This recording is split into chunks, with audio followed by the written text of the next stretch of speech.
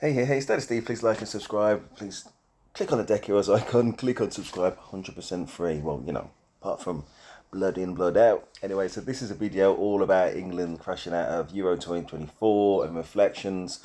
This channel is it's called The Rest is Football. It's got three pundits, ex-players that I respect. You know what I mean? They've forgotten more about football than I'll ever know. But I want to look at, this is a reviews video, just looking at the logic of what was said. And to be honest, there was another video as well from Rio Ferdinand, which was along the same lines. And the reason why I'm making this review video is because, listen, there's a mentality within established football which, if it doesn't change, will repeat the same mistakes. And I've seen other videos by other pundits who ironically I don't rate as high, but I think they're more on the money, and I think there's a 50-50 divide. Like Danny Murphy basically was just talking more along the lines of what I'm going to say right now. But anyway, we've got it. Just to wrap it up, or just to kind of move on before we get into the video. Of course, I'm gutted that England are out. It's been a real roller coaster by any England fan or any fan of football who's had to suffer through the games that we've watched, especially the first 4 games. But the best team won is the short story, and let's see how these gentlemen break it down. Oh, it didn't get the fairy tale ending, did we? It didn't happen. They fell short, lost to Spain. Spain with a much better team over the whole tournament and in the final. God, long broadcast. Very long. Emotional. Can we talk about our attire? Draining. Though? I've come suited and booted. Yeah, but you couldn't. You two look ridiculous. Got a t-shirt on. Shocking. You're better than that. It's our last pod. Give the people what they want. Suited and booted. Is that what they want, is it? Oh, it's marvellous. Just a quick pause.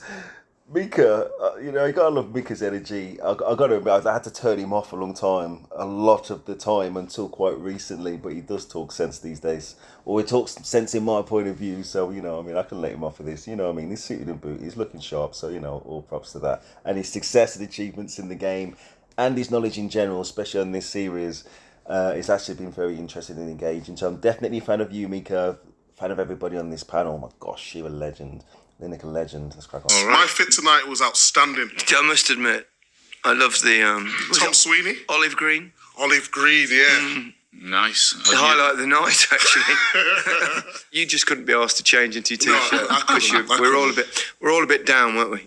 I mean, come on. Of course we were down. I mean, if you look at the tournament throughout, I think it was more in our hearts, wasn't it? I think. Let me say that now. There's a lot of hearts behind you as well. We've got all right, guys. How we doing? We've got a full house here. Yes, lads. We've got a lot of England fans, a lot of disappointing England fans in here. Friends of producer John, mostly. 1 or 2 other people as well. John has friends, isn't it? George has turned up, my son. But yeah, we're all a bit down. Yeah, of course we're down. I think if you look at Spain throughout the tournament, and Al's mentioned it a lot, haven't you, in terms of they look like the best team in terms of the rotations, their aggressive, forward-thinking football. No, but their ideas in what they wanted to do. They played 4-3-3 with 2 wingers who knew exactly what they needed to do. Williams and Yamal, who were outstanding. I think in terms of young players coming into the tournament with a big reputation, was thinking, could they deliver? And they really did. Just quickly, Williams and Lamal. On the wings, basically, they terrorised us. I mean, Lamal could have scored, as you've seen in the match. Williams terrorised, down there, down our left-hand side, there, right-hand side, the whole match. Deliver. I thought Morata up front was outstanding. Not in terms of his goals, but his work rate for the team, running in behind, that we missed with Kane on the other side. Rodri. Sorry, I don't want to keep on stopping, but this is a very important point. I can't put it all on Kane. Listen, the short story is I'm going to put it all on the manager. I'm going to put it all on the manager. We watched that game, and in the first half, we couldn't even get out of our half. We couldn't string anything together. The only answer that we had, which in some ways I give him credit for, but it still reveals a fundamental problem, was the only answer we had was to launch it long from Jordan Pickford in the goal. You know what I mean? And on the other hand, Spain could deal with our system easily, play it out easily from the back and maintain possession. They had 70% possession in the first half. Was not a surprise. And a lot of England's play, if you watch it back, it was a lot of players having to do something amazing and just win fouls. Because when I say win fouls, as if, you're just waiting for that contact, you go down, you've won a foul. And they needed to do that just so we could get up the field and have some attacking pressure. But if it didn't work out perfectly and we didn't have that cohesion, then it was coming straight back, and that's how you end up with 70%. The one thing I wanted to mention about this whole Kane thing, and the reason why I paused it, was Morata was decent, but he's in a great team, which makes him look better than what he was. What I'm really saying is, if we would have taken Kane and put him in Morata's position, me personally, I think Kane would have done a better job than Morata. Any of these teams, you could say the same about if we put Saka on their right-hand side. Yeah, they've got an amazing young talent, but, Saka's no worse than him. It'd be amazing. And if we had a left-hand player, and actually I'm going to touch on it now before I forget, I think Jude Bellingham, one of his best matches was that final. And again, they had to win these fouls. So he's up against the press. He wants to turn. He was trying to turn. He did turn. He managed to turn, I think, every single time. So he needs to have that skill. He needs to have that discipline. He needs to have the determination. He needs to have the strength and the sprints to get away from people. But again, he's always going to be running into the people who are backing up those defenders. Usually about 3 players on each player. As soon as the English players receive the ball, 3 players in the press. And I can't remember a time he gave the ball away. And or even if he did, of course, it's 19 minutes. Then most of the time, he managed to turn and he managed to get away. And he did the right thing for the team. Knowing there was nobody up front. And again, I'm not blaming Kane, because it was the system which made he was never fed the ball to have a shot. I do remember a shot outside of the box which was blocked. That was going in, for what I can remember. And they just haven't fed him anything the whole tournament, really. Okay, I know he scored a goal, but it was kind of from a flick on, and that was from a sub. But in general play, that was the moments more so than the general play. Again, what I'm saying is, I'm not blaming Kane, our leading goal scorer and the best scorers. I think the best English goal scorer of all time. And it's not just because of that record that I'm not going to blame him. It's because we watched the matches, we watched the struggle to get out of defence. So obviously you go defence, midfield, attack. And if he never reaches attack, then how is he going to score? And one more thing as well, I do respect Ollie Watkins, but he came on, he didn't really do much more than what Kane did, apart from staying up front. But if the ball never gets there, then he ain't going to do anything. And yeah, again, that same solution was launching those balls forward. And I'm not blaming Kane as the short story. Field, I banged on about Rodri all season. In terms of defensive midfielder, there's no one even close to him. Agree. His partner, Fabian Ruiz, alongside him, a little bit more technical. Just Fabian, they call it. Just Fabian. No, Fabian Ruiz. Ruiz. Ruiz? No, they call him Fabian in Spain. They were going, what's this Fabian Ruiz thing? Okay, well, that's Might on have his to stick shirt, so... fucking Fabian, it's easier. Yeah. Exactly. Says the Geordie. You're obviously struggling to get root in. Oh, Fabian Ruiz. Clarice, no. So did you roll the tongue like that, guys? Go on. Fabian Ruiz. Clarice, no. Ruiz. Ruiz. Look, that's an L. Is it?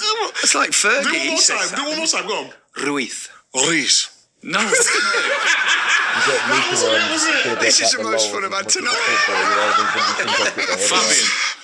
Right, Al, thoughts? I mean, we spoke after the game.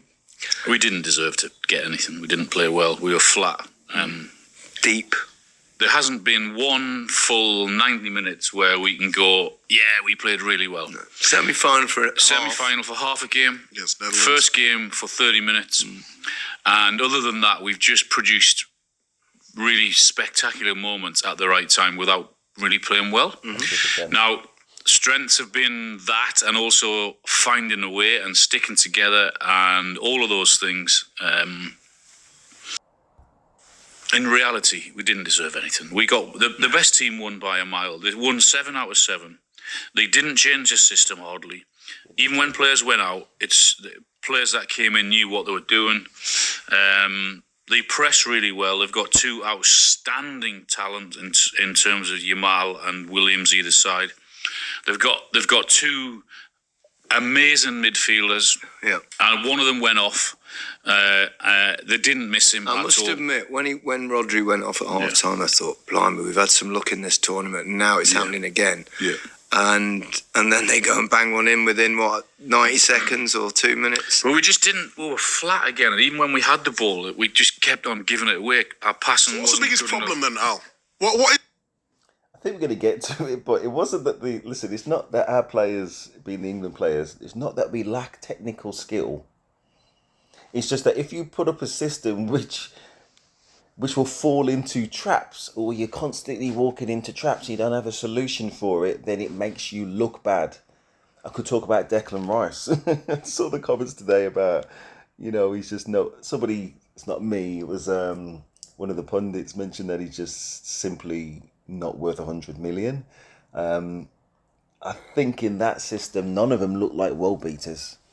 You know what I mean? Saka had his moments and everything that we did went down the right hand side, not 99% of it. But yeah, it was just, again, it comes down to the manager just not setting us up to fail, intentionally, but it's just limited by his ability to have a plan which could cope with a modern, effective system that Spain presents. So Spain represents a set of problems, and this man cannot solve any of those problems really, not in a kind of, other than like a little plaster on a gaping wound, launch the ball long from Jordan Pickford. That was it.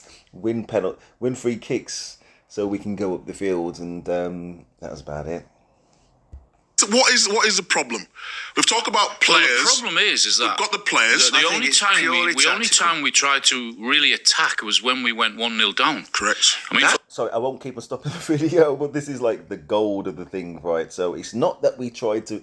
Does anybody... Listen, if you disagree with me, or if you agree with our man, listen, there's the legend Shearer, but I've got to get away from this. And again, if you look at other pundits, Danny Murphy and other ones, as players, obviously, Shearer's better than Danny Murphy.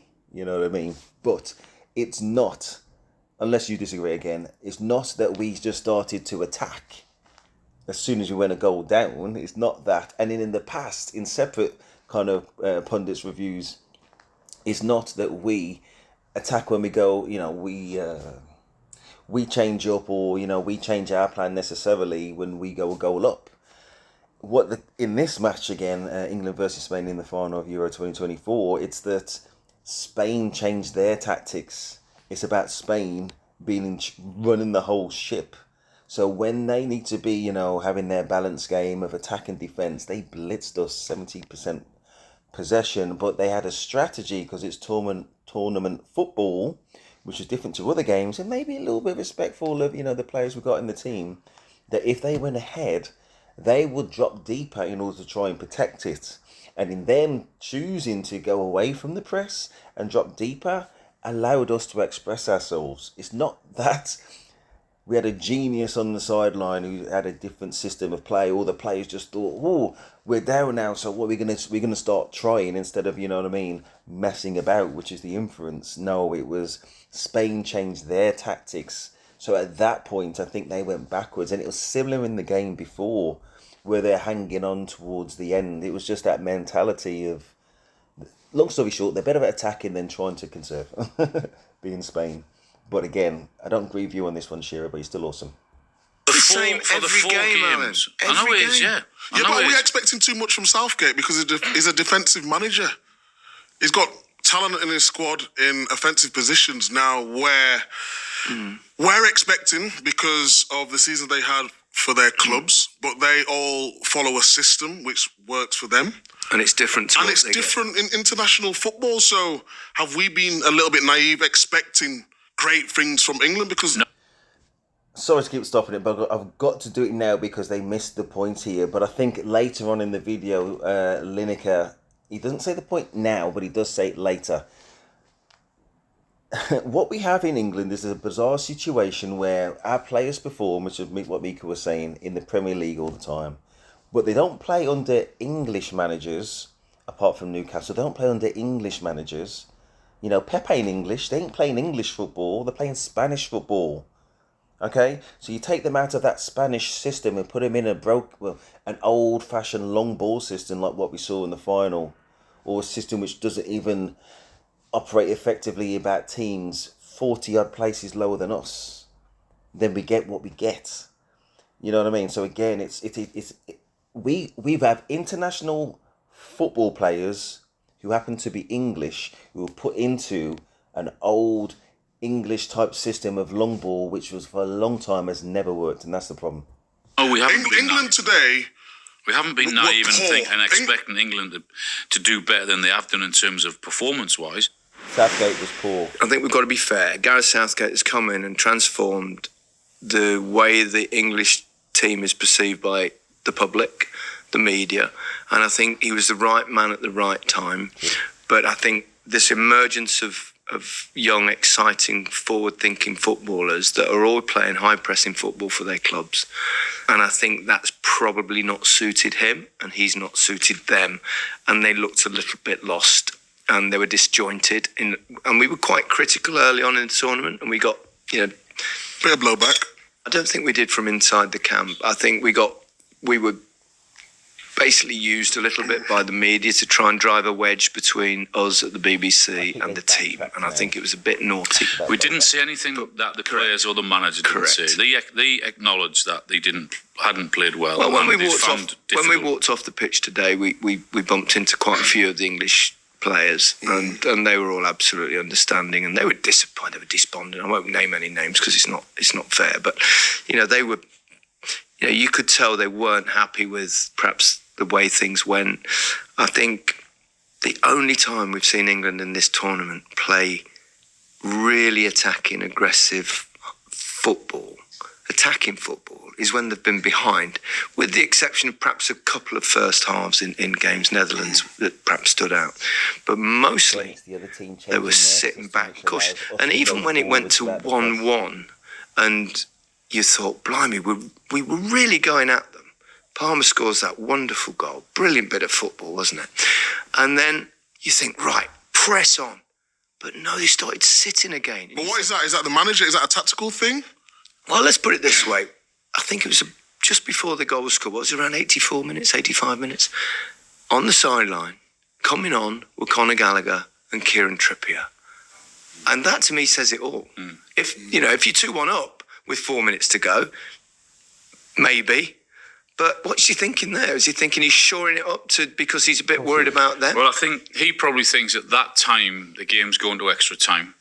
So he's thinking Luke Shaw, I can understand Trippier. That was obvious. Trippier one, that's the pretty obvious one because he hasn't played a lot of football. So I sort of understood that one.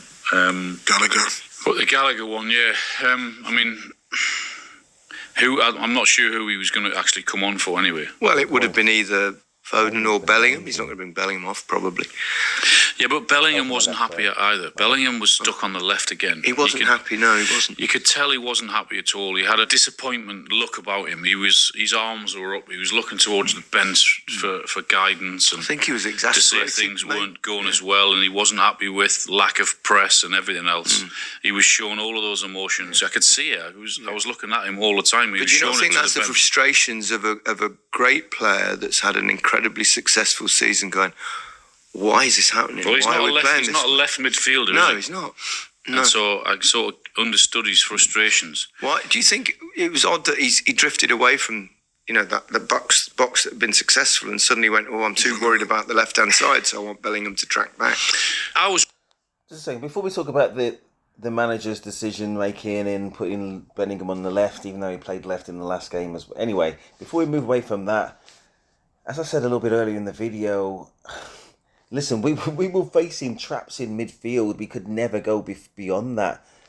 If Bellingham wasn't playing that well, who they're highlighting now, then what excuse was there for Foden? To be honest, I love Foden. He's just ridiculous talent. We see it again playing in that international system, playing in the Spanish system, playing in an international system, playing with a better manager who can give everybody a role in order to be on the front foot. And it just ain't Southgate. So we got Bellingham. Before we talk about Bellingham, we got Saka on the right, and he had some success down the right. But again, they just made an adjustment, and then he was running into traps and having to try and come back, or just having to try and pass it off, which is what he's trying to do. You kind of pass, and then the person kind of plays you on. You know what I mean? You lay off the ball and run on and receive it again. No. Spain are one step ahead, which means he couldn't do it. But not only could he not do it on the right, they're obviously going to struggle on the left because you're playing against a similar system. Nevertheless, as I said, Bellingham had enough talent and strength and skill and determination when he's up against 3 or 4 players in the trap of the press to make it happen. Because otherwise, what they really want you to do is either get tackled, get surrounded, lose the ball, or have to try and play the ball back. But they blocked off all the routes back. They blocked off all the routes to the side, and there's nobody up front. And also, you can't get up front because of 3 players waiting there. But he still made it anyway, waiting for that contact which brought him down. Anyway, this is already quite a long video. So this is part 1. As you can see, we're 8 minutes 37 in. I hope you enjoy. Please like, subscribe. That is Steve, and I am out. But I'm going to do another part video, another second part, basically, and we'll see what else they got to say. And I do respect these presenters, and they're my heroes. And let me know your comments below. That is Steve, and I'm out.